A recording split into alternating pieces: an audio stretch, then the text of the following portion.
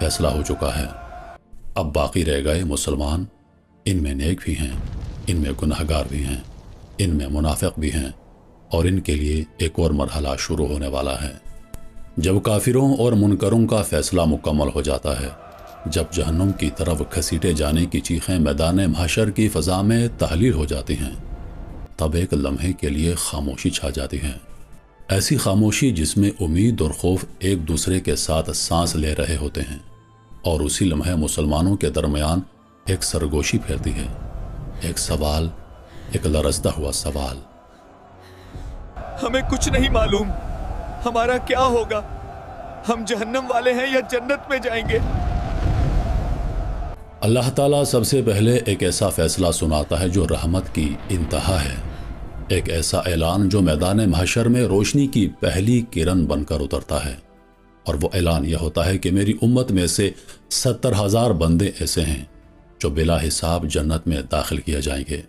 ان سے نہ سوال ہوگا نہ ان کے اعمال تولے جائیں گے، کیونکہ انہوں نے دنیا میں اپنے رب پر ایسا مکمل بھروسہ کیا تھا کہ ان کے دل شک، خوف اور تہمات سے پاک تھے۔ اللہ تعالیٰ فرماتا ہے، میرے وہ بندے جنہوں نے مجھ پر مکمل یقین رکھا، انہیں بلا حساب جنت میں داخل کر دیا جائے۔ فرشتے ان خوش نصیب لوگوں کو صفحوں سے الگ کرتے ہیں، ان کے چہرے روشن ہیں، ان کے قدم ہلکے ہیں، اور ان کی آنکھوں میں سکون ہے جو دنیا میں کبھی نصیب نہیں ہوا۔ وہ پیچھے مڑ کر نہیں دیکھتے، کیونکہ جن کے لیے جنت لکھی جا چکی ہے وہ ماضی کی طرف نہیں دیکھتے، لیکن اکثریت وہیں رہ جاتی ہے، کیونکہ اب حساب کا دوسرا مرحلہ شروع ہونے والا ہے، وہ مرحلہ جسے میزان کہا جاتا ہے، وہ ترازو جس کے دونوں پلڑے ہیں مگر اس کا وزن زمین کے کسی ترازو سے نہیں تولا جا سکتا، کیونکہ اس میں اعمال رکھے جائیں گے، نیتیں رکھی جائیں گی، اور وہ سچ رکھا جائے گا جسے دنیا میں چھپایا گیا تھا۔ اب یہاں دو طرح کا حساب ہوگا، ایک آسان اور ایک سخت، اور یہ فیصلہ خود اعمال کریں گے کہ انسان کس صف میں کھڑا ہوگا، کیونکہ اللہ کسی پر ظلم نہیں کرتا، وہ سامنے آئے گا جو انسان خود لے کر آیا ہوگا۔ یہ آسان حساب ہے، اللہ اپنے بندے کو تنہائی میں بلاتا ہے تاکہ اس کی رسوائی نہ ہو، تاکہ اس کے گناہ مجمع میں نہ کھلیں، اور پھر اللہ اپنے بندے سے ایسے سوال کرتا ہے جیسے کوئی باپ اپنے شرمندہ بیٹے سے بات کرتا ہو۔ اللہ تبارک و تعالیٰ اپنے بندے سے فرماتا ہے، کیا تم نے یہ گناہ کیا تھا؟ اس لمحے بندے کا دل بیٹھ جاتا ہے، وہ سمجھتا ہے کہ اب سب ختم ہو گیا، اب کوئی راستہ نہیں، مگر پھر وہ آواز آتی ہے جو قیامت کے اندھیروں میں رحمت کا دروازہ کھول دیتی ہے۔ اللہ تبارک و تعالیٰ فرماتے ہیں، میں نے تمہارے یہ گناہ دنیا میں بھی چھپائے تھے اور آج بھی تمہیں معاف کرتا ہوں۔ یہ وہ لمحہ ہوتا ہے جب بندے کی روح کانپ اٹھتی ہے، آنکھوں سے آنسو بہہ نکلتے ہیں اور وہ سجدے میں گر جاتا ہے، کیونکہ وہ جان لیتا ہے کہ اس کا رب واقعی غفور و رحیم ہے۔ اے بدبخت، چل اپنے رب کے سامنے، آج تیری بربادی تم خود دیکھو۔ یہ سخت حساب ہے، یہاں پردہ نہیں، یہاں پر تنہائی نہیں، یہاں سوال بھی سب کے سامنے ہوتا ہے اور جواب بھی سب کے سامنے دینا ہوتا ہے۔ جب ایسے سوال شروع ہو جائیں تو سمجھ لو کہ اب اس شخص کے لیے معاملہ سخت ہو چکا ہے، کیونکہ جس بندے کا حساب لیا گیا وہ ہلاک ہو گیا۔ یہ وہ لمحہ ہے جہاں انسان اپنی زندگی کے ہر لمحے پر پچھتاتا ہے، مگر اب پچھتاوے کا کوئی فائدہ نہیں۔ ہائے میری بربادی، کاش میں نے دنیا میں نیک اعمال کیے ہوتے تو آج یوں برباد نہ ہوتا۔ جب تمام مسلمانوں کا حساب مکمل ہو جاتا ہے، جب میزان ہٹ جاتی ہے، جب فیصلے لکھ دیے جاتے ہیں، تب ایک آخری مرحلہ باقی رہ جاتا ہے، وہ مرحلہ جو جنت اور جہنم کے درمیان حد فاصل ہے، پل صراط۔ اور اب اندھیرا ہے، نیچے آگ ہے، اوپر خاموشی ہے اور سامنے پل صراط۔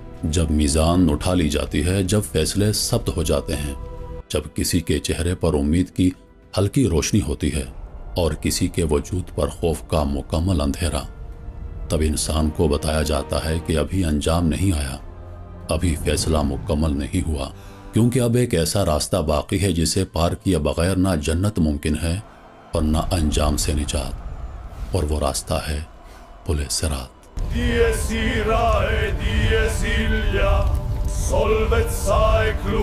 پل صراط بال سے زیادہ باریک، تلوار سے زیادہ تیز، نیچے جہنم کی آگ، اوپر مکمل اندھیرا، اور ارد گرد ایسی خاموشی کہ انسان اپنی روح کی چیخ سننے لگتا ہے۔ یہ راستہ بہت دشوار ہے، یا اللہ مجھے بچا لے، میں نہیں چل سکتا۔ اور یہ کوئی عام پل نہیں، یہ وہ آخری امتحان ہے جہاں نہ زبان کام آتی ہے، نہ آنسو، نہ سفارش، یہاں صرف ایک چیز کام آتی ہے، اور وہ ہے نور، وہ روشنی جو دنیا میں کیے گئے اعمال سے پیدا ہوتی ہے۔ جس کے اعمال مضبوط ہوں گے اس کا نور تیز ہوگا، اور جس کی زندگی غفلت میں گزری ہوگی اس کے لیے یہ پل قبر سے بھی زیادہ تنگ ہو جائے گا۔ میرا جسم جل رہا ہے، میرے پاؤں زخمی ہو گئے، اے اللہ رحم کر مجھ پر۔ لوگ پل کے دھانے پر کھڑے ہیں، کوئی کام رہا ہے، کوئی سجدے میں گرنا چاہتا ہے، کوئی پیچھے دیکھنے کی کوشش کرتا ہے، مگر پیچھے دیکھنے کی اجازت نہیں، کیونکہ اب صرف آگے ہے، یا نجات یا پھر ہمیشہ کے لیے ہلاکت۔ جیسے ہی پہلا قدم پل صراط پر رکھا جاتا ہے، زمین جیسی کوئی چیز محسوس نہیں ہوتی، نہ ٹھوس پن، نہ سہارا، بس ایک دھار، ایک تیز کنارہ، اور نیچے جہنم کی آگ، اور وہ سمندر جو انسان کو اپنی طرف کھینچتا ہوا محسوس ہوتا ہے۔ جن کے اعمال مضبوط ہوتے ہیں ان کا نور اتنا تیز ہوتا ہے کہ وہ پل کو لمحوں میں پار کر لیتے ہیں۔ ان کے قدم نہیں لڑکھڑاتے، ان کے دل میں خوف تو ہوتا ہے مگر یقین اس پر غالب آ جاتا ہے، اور وہ اندھیرے کو چیرتے ہوئے روشنی کی طرف بڑھ جاتے ہیں۔ مگر سب کے سب ایسے نہیں ہوتے، کچھ ایسے بھی ہوتے ہیں جن کا نور مدھم ہو جاتا ہے، کبھی جلتا ہے کبھی بجھ جاتا ہے۔ وہ ایک قدم آگے بڑھتے ہیں تو دوسرا پیچھے ہٹ جاتا ہے، ان کے ہاتھ کانپتے ہیں، ان کی سانسیں اکھڑتی ہیں، اور نیچے سے جہنم کی آگ ان کے چہروں کو جلا دینے والی حد تک قریب آ جاتی ہے۔ اور پھر وہ لمحہ آتا ہے جسے دیکھ کر فرشتے بھی خاموش ہو جاتے ہیں۔ کچھ لوگ پل صراط کے بیچ میں پہنچ کر پھسل جاتے ہیں، ان کے پاؤں ساتھ نہیں دیتے، ان کا نور بجھ جاتا ہے، اور وہ چیختے ہوئے نیچے جہنم میں گر جاتے ہیں۔ ایسی چیخ جو ایک لمحے میں گم ہو جاتی ہے، مگر باقی رہ جانے والوں کے دلوں پر نقش چھوڑ جاتی ہے۔ وہ چیخ نہ واپس آتی ہے، نہ اس کا جواب دیا جاتا ہے، کیونکہ فیصلہ ہو چکا ہوتا ہے، اور جو گر گیا وہ گر گیا۔ یہاں پر نہ کوئی دوسرا موقع ہے اور نہ پھر دوبارہ سے آغاز۔ اور پھر وہ لمحہ جب قدم پل سے اترتا ہے، جب آگ پیچھے رہ جاتی ہے، جب اندھیرا ختم ہو جاتا ہے اور سامنے جنت کے دروازے کھلتے ہیں۔ یہ وہ انجام ہے جس کے لیے دنیا میں سجدے کیے گئے، آنسو بہائے گئے، خواہشات قربان کی گئی تھی، اور نفس کو روکا گیا تھا، اور آج وہ سب قربانیاں وزن بن کر انسان کو اس پل سے گزار چکی ہوتی ہیں۔ ایک طرف جنت کی روشنی، دوسری طرف جہنم کی آگ۔